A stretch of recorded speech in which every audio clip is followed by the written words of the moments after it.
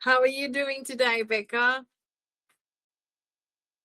I'm good. A bit busy, um, but yeah, everything is good, and I'm really looking forward to this discussion that we're going to have today. It's going to be really interactive and very interesting topic that will really be important for for the industry that we are in at this moment in time.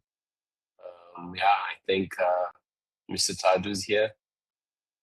Fantastic. Welcome, Mr. Absolutely. Taju. Hi, Taju. First participants are arriving. So we look forward to this amazing chat today. All in all, we will be talking today about from idea to market, how to structure successful market entry strategies. So we absolutely look forward to get going today and discuss this. So for today's session, I'm going to bring in my whiteboard and so that we can have a bit of fun and talk and play a little bit in our design and discuss market entry strategies.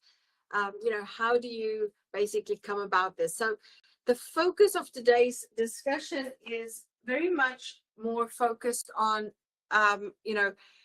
the beginning phase of things, but we will try and structure it through not only in the sense of the word, just from the idea perspective, but we would like to see if we can cover a bit of a ground to not only have the idea element, but the actual, let's say, go-to-market operational part of things, and see how to make it more practical.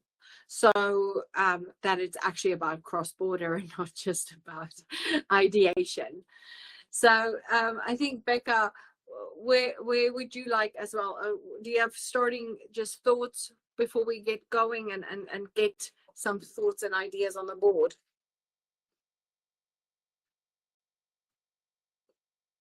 Sorry, it's Yes, a bit of an sure. open-ended question.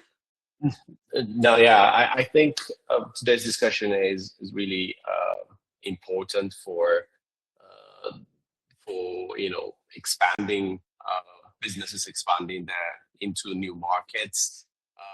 It's often when companies are thinking getting into new markets, they always have a very strong desire and have really, they believe in their product. They believe that they understand because they've done their market research, and they have a very good commercial idea, so that is necessary. But what they're missing is unless they think about the whole process, it's not only having a very good commercial idea is by far from being sufficient. So that's what we are going to discuss today, looking at what are the business gear idea and concept that they need to have and they need to consider before they go full board into getting into a new market. So that's what we're going to discuss today, and they're going to be really practical points that we will provide. And these are the key points, I think, for just starting our discussion today.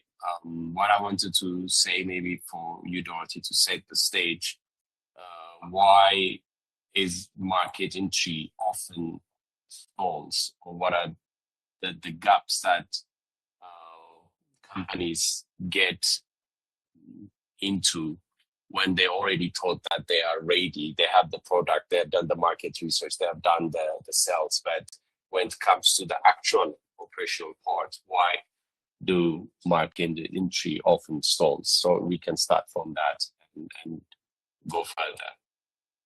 Perfect. So I think to add on what you've just said, and then I'll answer your question as well. from my perspective, I think this chat is going to be, or this webinar will be mostly focused on, well, not mostly, but in essence, it will be focused initially on those who generally have an idea, they have a product they want to launch. So basically mid-size kind of, or small, medium kind of businesses where you have the idea, because we are starting with the idea. You have the idea for the business and you want to take it to market. And I want to caveat, we're not talking here about ideas that is software launch or ideas like a service business that is, oh, I want to be a consulting company. Well, I'm not talking about those ideas. We're talking about the idea of bringing product to market. I think that's the first thing. The little bit later in the discussion, it will as well be, you know, the same principles will be applicable to bigger businesses as well when you just want to enter a new market.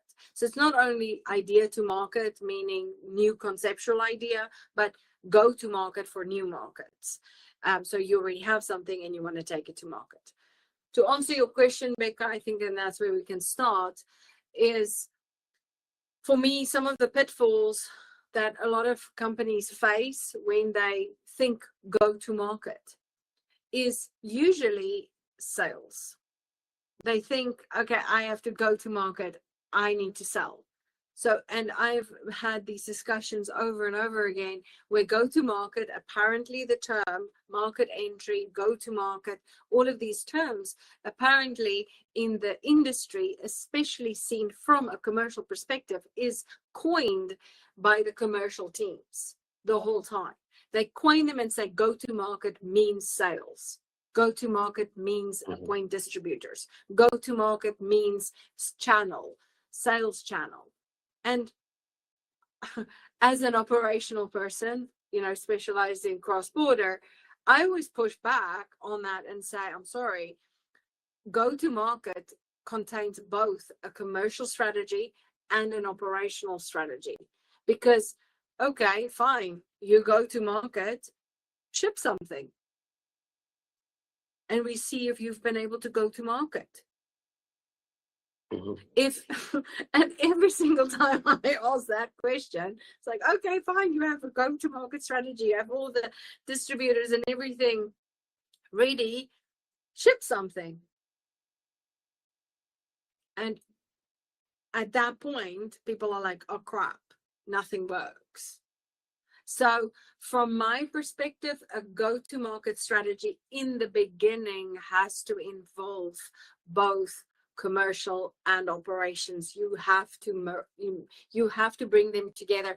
And it's not really only operations and commercial. I think that's a much bigger picture, and that's what we will be exploring, because it's not just two sides of a coin. It's a bit of a Rubik's Cube.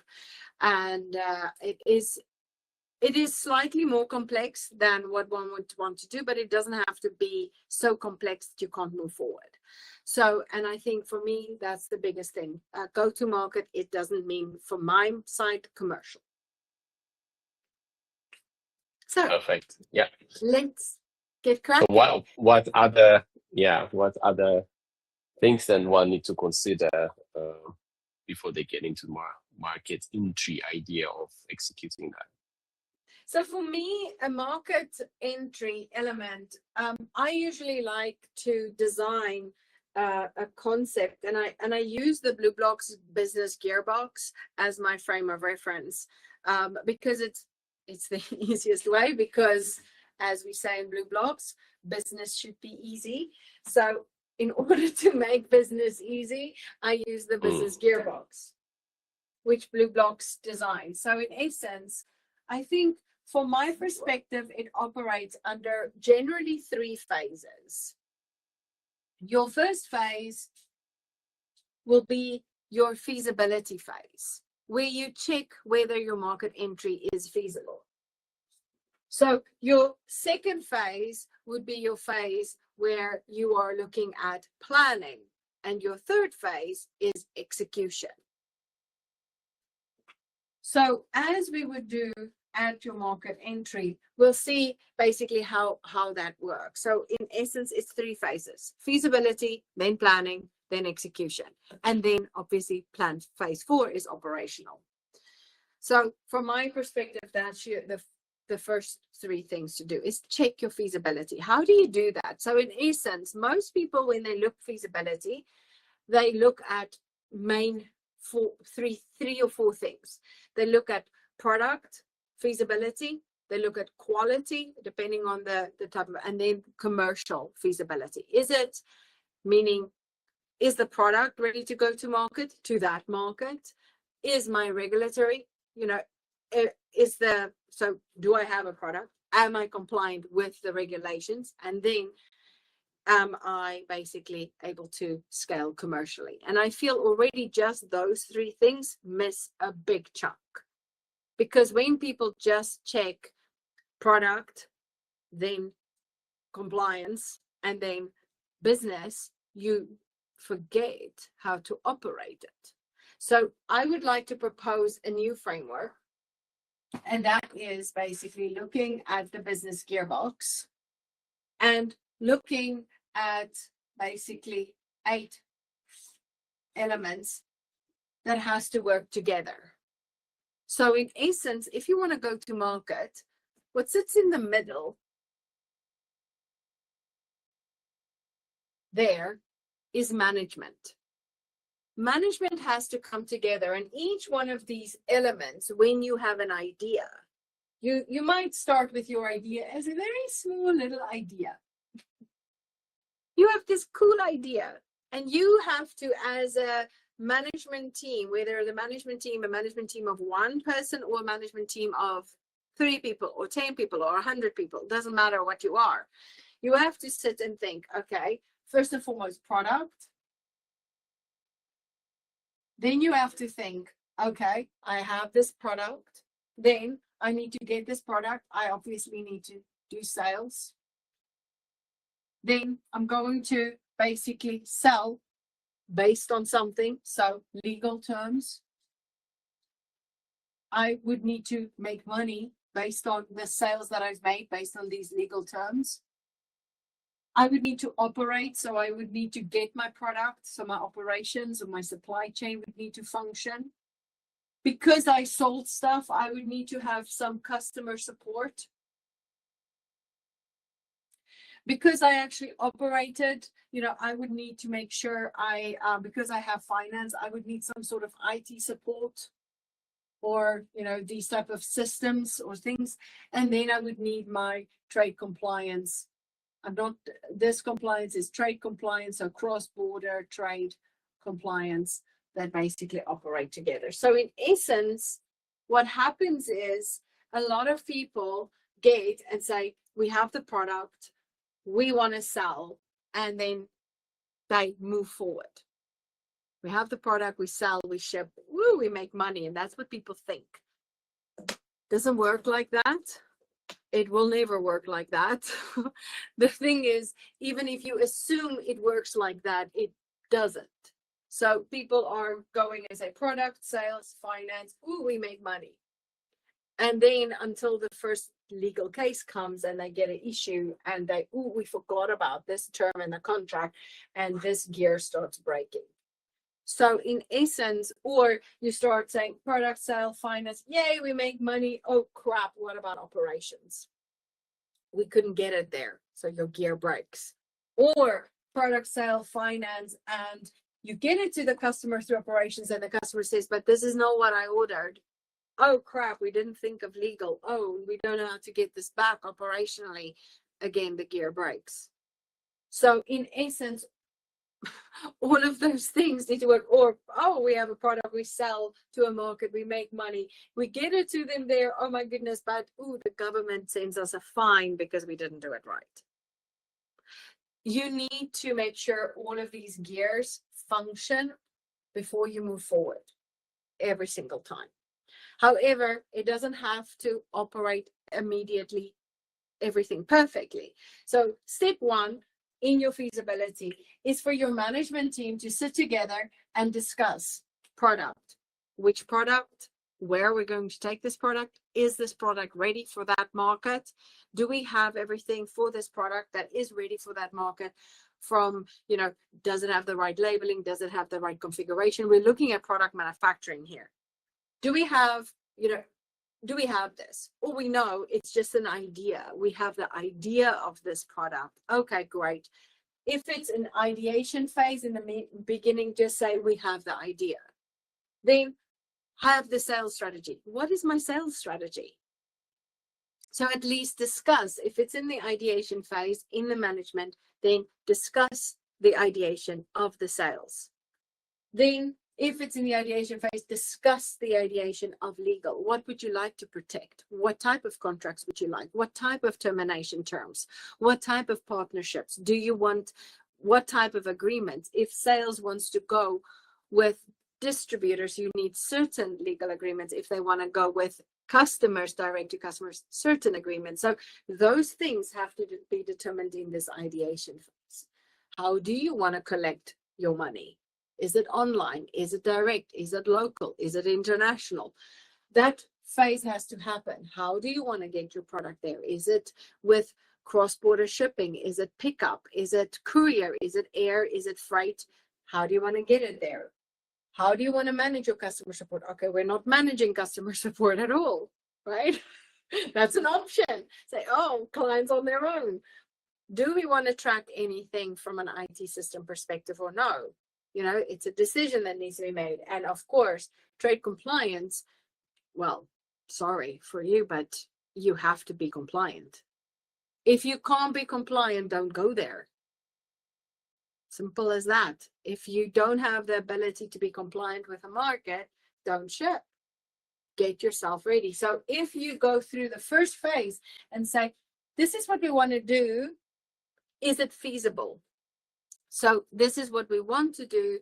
We are considering to go to market. You go through it once, you see what you have, you see what you want, you see what you need to do. And that's then the first sweep of assessment to determine, are you just at an idea? So you've gone through this once. It's just a small idea. Nothing is real yet. Or have you gone through it, and as you went through it, you realize, oh, actually, we went through this and we are ready. You've gone through it a few times and you realize, actually, product is there. Sales is there. Sales has this strategy. Legal has this strategy. We have these documents. We have this finance structure. So every single time you go around the curve, your gear gets slightly bigger.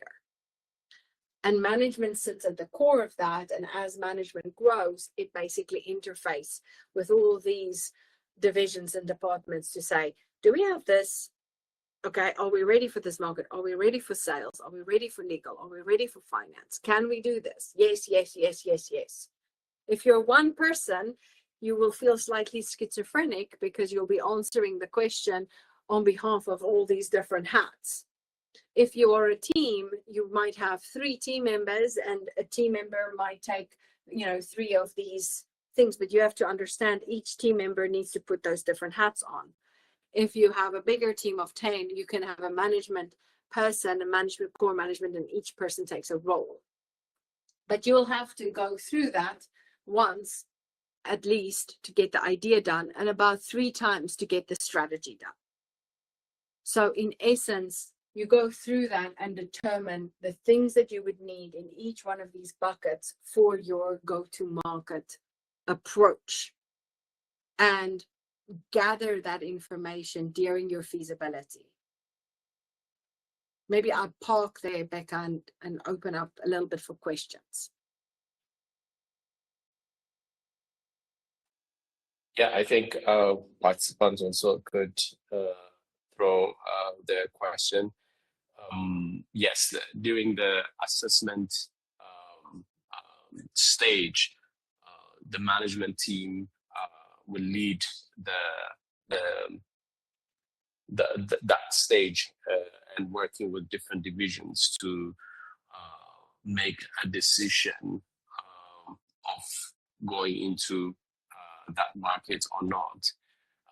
So yes, you've covered the areas, how they can work and what will be the roles of each department and so on, but can you also elaborate more what would be the benefit of doing that internally, and also for the success rate of going into a market if they decide to go, or if they don't decide to go, what are the things that they will save by not going into that market? So what are those benefits of going through this assessment process will help the management as well as also other divisions? Absolutely. So what your goal with your feasibility assessment is always is readiness and commercial viability.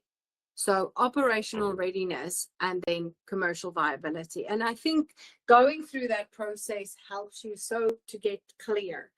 So first benefit of going through this process, in my opinion, is, well, clarity. Knowing exactly what you have and what you don't have. But I think the second benefit of it is alignment. Alignment between these different stakeholders where everybody is aware what we don't have, what we have. And I think this is the big thing which normally in companies gets disintegrated, because a team like this doesn't work together, and they think go to market sits here. Product sales freaking sell. That's go to market. We're going to market. No.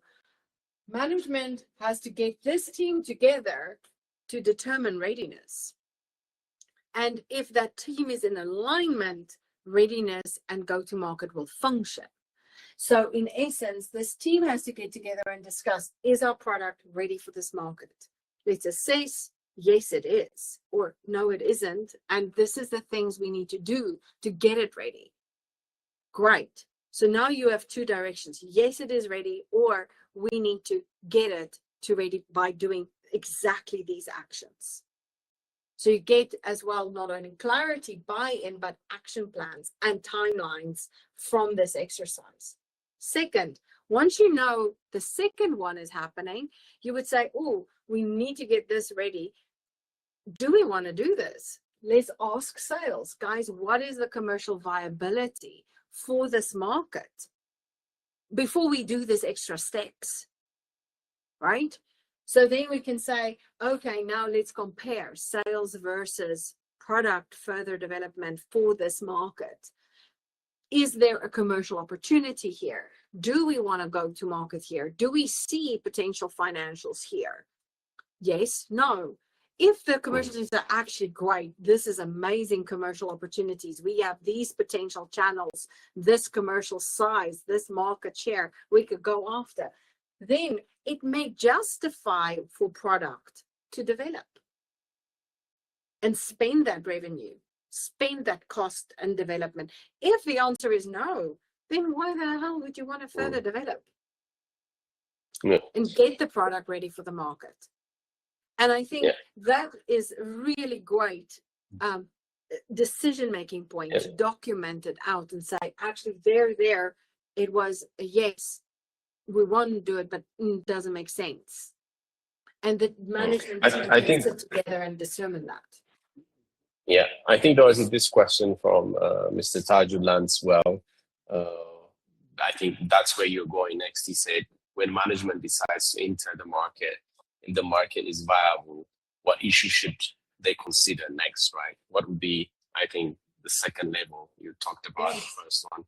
I think that's, So can you please, take us through the second layer? Exactly. So then if they decide to do it, I think then it's basically going here and saying, is it feasible? So meaning, is the product ready? Is it commercially viable? Then if that's a yes and a yes, then basically legal have to determine, can we use the things that we have for this market? Then basically, or we have to develop more. Every single time you'll have two options in each one of these categories. Yes or no. Yes, we are ready, or no, we're not yet ready and further development is required.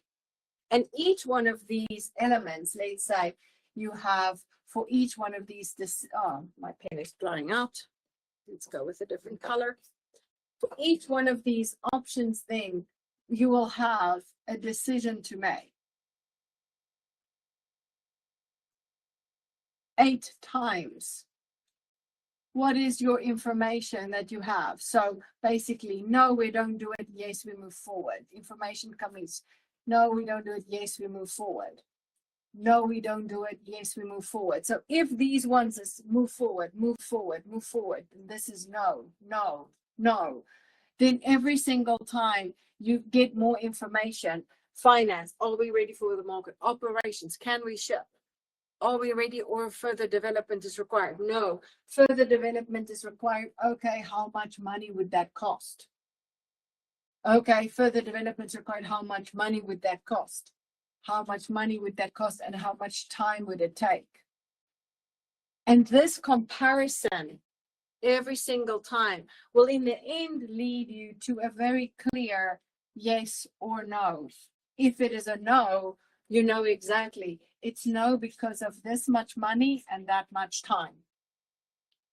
If it is a yes, you will as well know it's a yes because of that much money and that much time. And this is a very clear then process moving forward. So now you have to get this information out of this process. How much money? If no, we are ready. No additional money. That's the perfect place to be in. No additional money, no additional time. That's a perfect market entry position and an upside on the thing with a very limited downside. That's the perfect situation to be in. You're ready for that market. No additional time needs to be spent and so forth. And the goal is to always find those countries, those markets where you're ready for the market. There's no additional time investment, no additional money investment, and we can go there. And then you need to start planning. Okay, so in essence, I think the issues normally comes more from there is something that needs to be done and that to overcome those issues. So to say, you know, what issues should they consider? I think on sales, they have to consider the issues of, you know, which strategy they need to follow. Is it a direct strategy? Is it a distributor strategy? Is it their own strategy? Is it, you know, basically setting up entities? Is it a fiscal representation strategy? There's multitudes of strategies to consider for go-to-market. Legal strategies. Is it offloading? Is it mutual? Is it we take all the responsibility? You know, your Incoterms comes in play there. DDP versus X works. These type of things needs to be in a legal mind. Finance. Is it pay before, pay in the middle, pay after, pay with terms, pay with warranty? You know, all of these elements, cross-border trade elements, operations. How do I ship? Again, Incoterms come in. Can I issue all the documents? Who issues the documents, and so forth? How will I make sure all of these issues? How will I make sure my customer is taken care of? So, in essence, if you ship, let's say in the United States, it's one country. It's not really that difficult. You can just move it. But the moment you go from America to Mexico, or problem, right? Same thing in Europe, okay? We can ship anywhere in Europe. It's easy. But try to move it from Europe into Switzerland, another market. Now you have to ensure compliance. Or you want to move it from Europe to, let's say, Egypt, Nigeria, or South Africa, another market. So you need to consider that operational implications, cost, time, and additional stuff in each one of these elements. IT support and then compliance for that product, for that market. So in essence, this gap analysis, what you have and what you don't have, and the time and the cost to get it in place is the biggest element to decide. And what I've seen in businesses when they go through this feasibility study, half of the time there's a big enough commercial reason to say, let's tackle this cost. Usually there's very few times that this side is zero. So the highest probability is you will have a delta. You will have a delta that you have to overcome the moment you want to expand into a new market. And that brings us to the second phase. Because there's very few times that you will be so ready for a market you need to do nothing. So then we can go into the second phase. So if you need to do something and it still makes commercial sense, you're going to make money if you do it, then welcome to phase 2. Yeah, so I think just to conclude the phase 1, what also it does is the first, the feasibility assessment will evaluate whether the market opportunity warrants resource commitment, right? Whether they have to really put all their resources here. Of course, there's time, there's money, but also, whether the team needs to be working on this product launch if it goes to the next phase in order to determine who's going to be involved and all that. The first phase will really determine what resource commitment is needed from every division and so on before they move into the next phase. Absolutely, absolutely. And I think, thanks, Taju, for saying that. Great consideration for compliance. Actually, in my experience, what happens there a lot is in the industry, people actually are not half of the time aware of that one. They are just thinking we're going to market, because half of this management team sits with people that is knowledgeable about the product and about sales. It's the last thing on people's minds. And honestly, about 80% of our work consists of the importance of adding these stakeholders into the original discussions of this framework, because people actually don't think that far. And if you miss that piece in the beginning of the ideation phase and the planning phase, you actually create so much challenges later on, because then this calculation here is wrong because you disregarded it and you thought you have a commercial opportunity, but you disregarded that pie piece, and that pie piece becomes bigger as you move forward.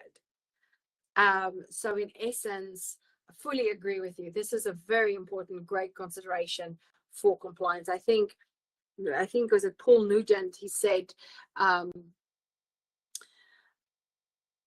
if you ever thought compliance is expensive, try non-compliance. And in essence, it's just, there is no other way.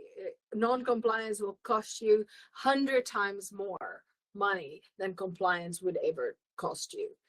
Getting it right, and I can vouch for every compliance practitioner out there. Blue Blocks is in cross-border trade operations. We've worked with many trade compliance professionals, and there is no compliance professional out there that would try and halt operations or halt business development. What they are trained to do is make sure it will work.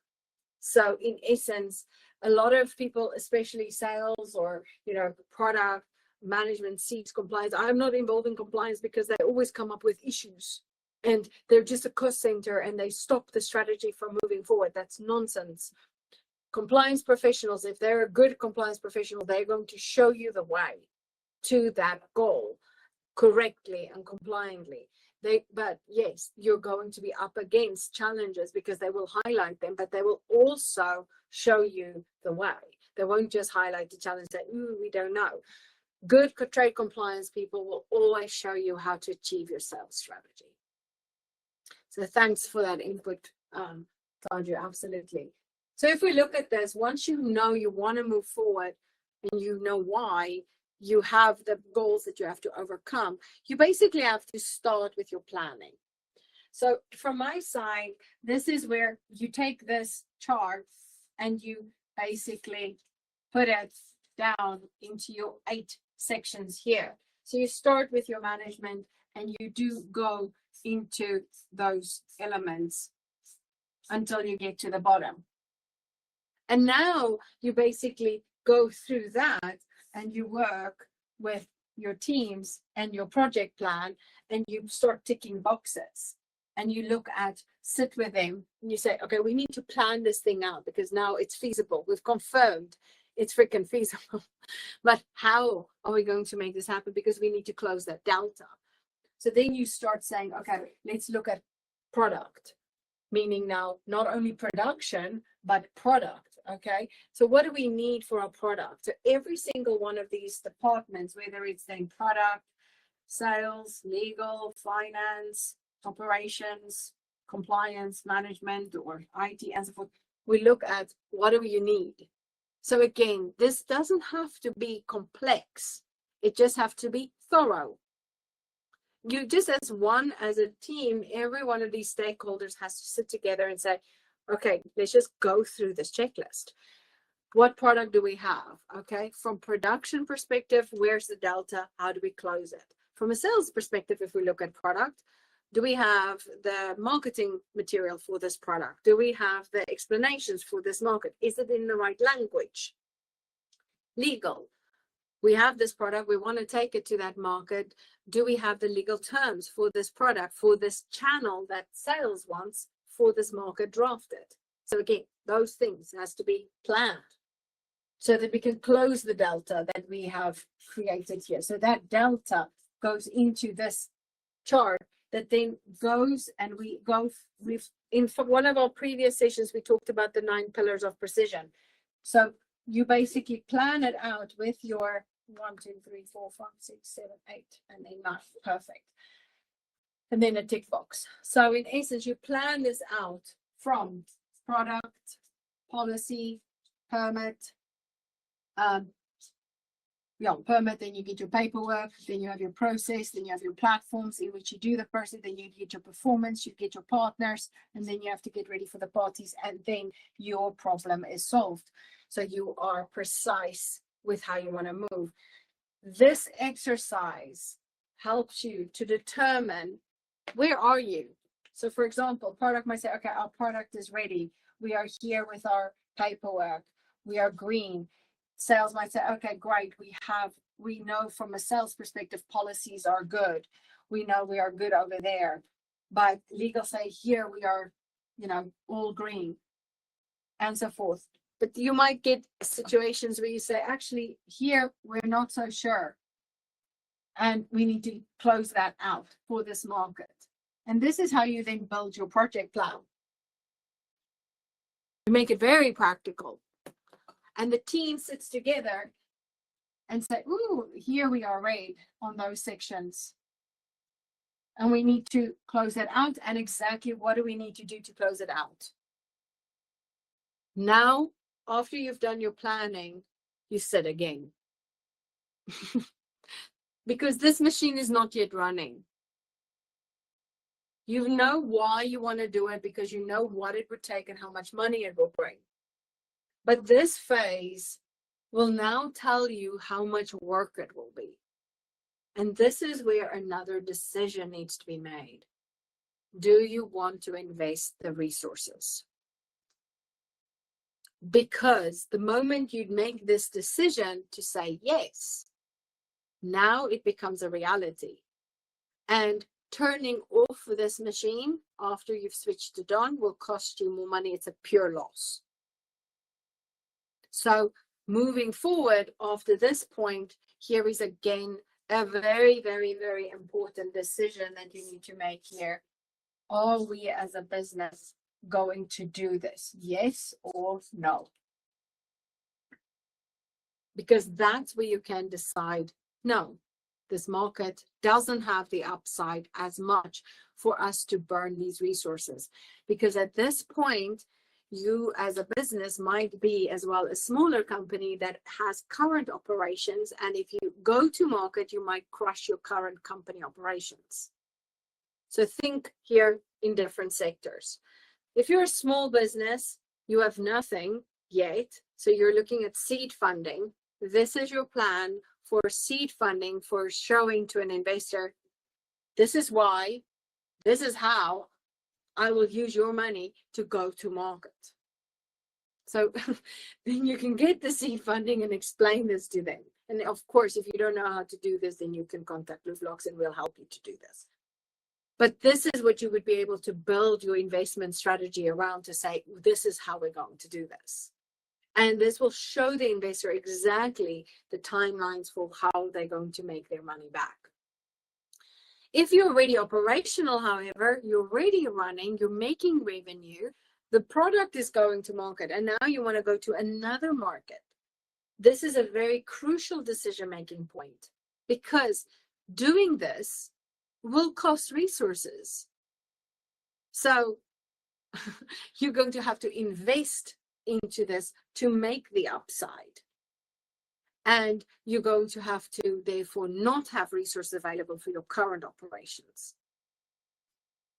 or a portion of your resources. And this is very important from, do you have the capacity to do that, to grow? And that's where one shouldn't just, pull a country out of the air and think, oh, I can go to any market. This is where looking at things that's the same as what you currently do is very important. And this is interesting because that's where I would say a lot of times compliance and sales will clash with one another, because sales will want to optimize market share, revenue, possibility of scale, whereas compliance would want to minimize disruption of compliance requirements. And the problem is, no matter how amazing the country is commercially in a market, if the compliance things could flatline that because it's going to be too difficult to obtain the licenses, the permits, the requirements, the documentation, all of that things to make that sale happen, you can't create the opportunity because the compliance you can't meet. So in essence, and having that pie piece not in part of the discussions many a times crushes sales strategies, because it didn't consider that, and therefore you didn't have the right market entry comparison. So it's very, very, very, very important to include your partner sales strategies or your compliance individuals inside your original go-to-market strategy, so that they can tell you the complexity of a market. A compliance person would rather say, you know what, we already have these compliance things set up, and these things that we've set up is also applicable to all of these markets. Therefore, all of these markets can be covered much easier. We've already invested in that development, and then one would be able to scale faster. So then sales can say from these markets, which one has the highest upside? Or alternatively, sales can say, but listen, this market is a massive market. For example, Saudi or Brazil or something. It's an incredible market. We want that on our map. Then the compliance would be able to say, okay, if we get it on our map, all of these markets will also become available for us. That's how you then look at that, to say, involve compliance, to say, okay, we want Saudi because it's incredible, but it will cost a lot of money from a compliance perspective to get there. Okay, but once we get there, what else does it unlock? Because then the resource investment might be beneficial if you don't look at it only from a country by country perspective.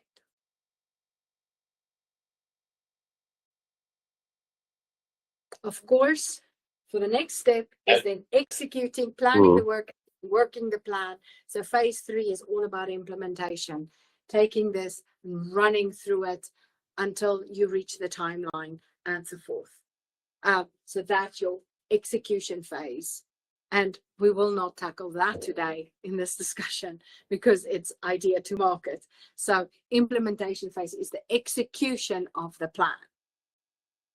Once you switch it on, if you switch it on, you lose money. So that's why this decision is vital.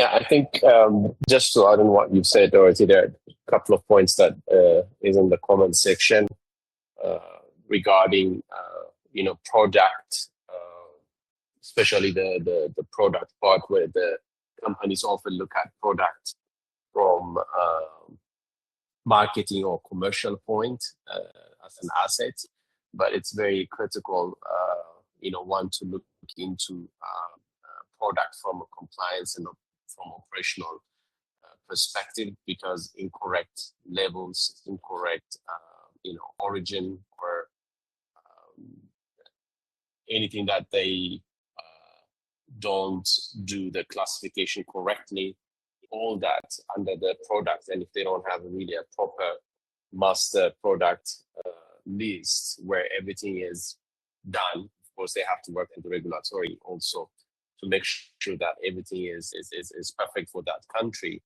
Then they will definitely have challenges, because the product will be stopped, or the product will be, not entering into that market in a compliant manner and way. The other point also, where it's in the been discussed in the comment section, or been put as a discussion point, is that different departments, they have to work together, right? For example, sales and regulatory, as you've mentioned earlier, where there's often not agreeing on points exist, because they have to align on import requirements and licenses and all that.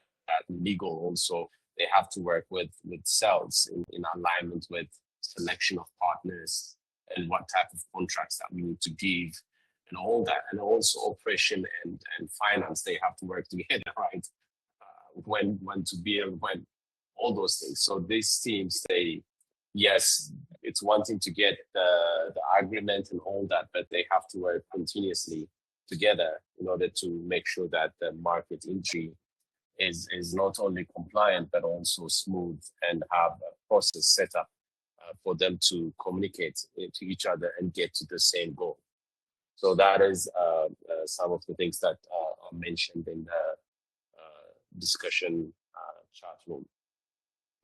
Absolutely, absolutely. So I think this is beautiful, because Taju is as well mentioning here in his comment. He says, after documentation, how about issues related to process, standards, operating procedures, efficient workflow, and people, local expertise and skills, teams, and successful market entry? Love it, love it, love it, love it. Because I think this is where the 9 pillars of precision comes in. So again, the 9 pillars of precision is 1, people. So first pillar is always people. We can't do anything without people. Then it's product. We use the people to produce the product. Then it is your policies, your permits, your paperwork, your process. So that's what you're saying. What's the process? How do I execute the process in a system? So that's platforms, right? Then you have your performance and your partners. So again, people, which partners are you going to work with until the parties will be functioning? So in essence, where you're saying here is we're looking at people, we're looking at people, and we're looking at process. So in essence, to your point there, Taju, is every single time they go through this, they have to think people first. No international cross-border trade business that sells product will get anything into anywhere without the people. So, and this is where that question needs to be asked. We have the product. Which people do we have for that product in that market? Sales, what people do we have for that? Even compliance, honestly, have to ask that people question, meaning, do we have the people that can defend compliance in that market? Do we have the right team in place for that? And that's, if the answer is no, again, we're looking back at the delta. How much time would it take for us to get there? Now, having every single person perfect, I would always caution against and say, no, you can't have everything perfect, but you can make the decision to know, okay, we don't have that. So if a problem arises, what would we do? And I think once a business gets through that, working with partners such as Blue Blocks or other consulting firms that works alongside you in those questions. That's really what it's about. It's basically saying, okay, I don't know everything, but I'm going to work together with partners that does know, and I'm going to pull on their knowledge until I learn.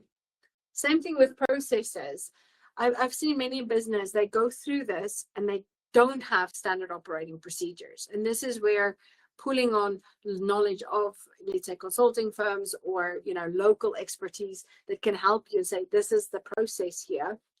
And you can start with those standard operating procedures, those local expertise, to know where is your gap in that market for these elements, people, processes, or whether it's then, the policies, the permits, then you will have that things in place to support your successful market entry. So thanks so much, Taju, for highlighting that. Yes, absolutely. That's where they sit. And this is the review for that. So if they don't have it, they have to close it in the implementation.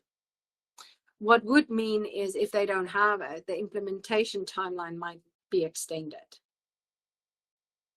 So generally, I would say, depending on the product, depending on the market maturity, if you have all of these things, and if they are either in a green or a yellow kind of state, I would say market entry or, getting to market and start shipping is approximately 8 to 12 weeks. Whereas if these things are not in place, they could be taking about a year. So it depends on where you are in your process. And this is what we've seen, both in clients that come to us that needs to know where to go and helping them to get there, or whether it is they need somebody to support in the execution and then getting it to go live. So yeah, I think that's basically the elements. Very, very important. My last tip that I would like to add to this discussion is, for me, the biggest takeaway is once you've gone through your feasibility study, once you've done your planning, and once you've implemented your plan the work the plan, I would like to pull on that what Taju is well saying is, at the end of a market entry, your biggest win is when you can have a reflection of that market entry approach and update your standard operating procedures so that everything that you've learned from that go live is the starting point for each consecutive go live. That's very important. And I've seen how companies, we've been with that through that process with our clients. And what happens is after a market launch, there's this relief and everybody is like, it worked and we shipped, and it goes then to sales and operations. Okay, you guys just run it. And that's the moment where the project plan sometimes falls flat because everybody's just so relieved that it's done. And for me, fine, take the breather, but schedule in a meeting in less than a month after that go live for everybody to do a reflection and then do a final 1 month collaboration and cleaning out of the process for the next go to market. Yeah. Thank you very much, Dorothy. I think as we wrap up, I just wanted to make a couple of statements. I think the purpose of the business gearbox and also having this steps for market entry, we're not saying that you're going to perfectly eliminate all the risk, right? That is not possible.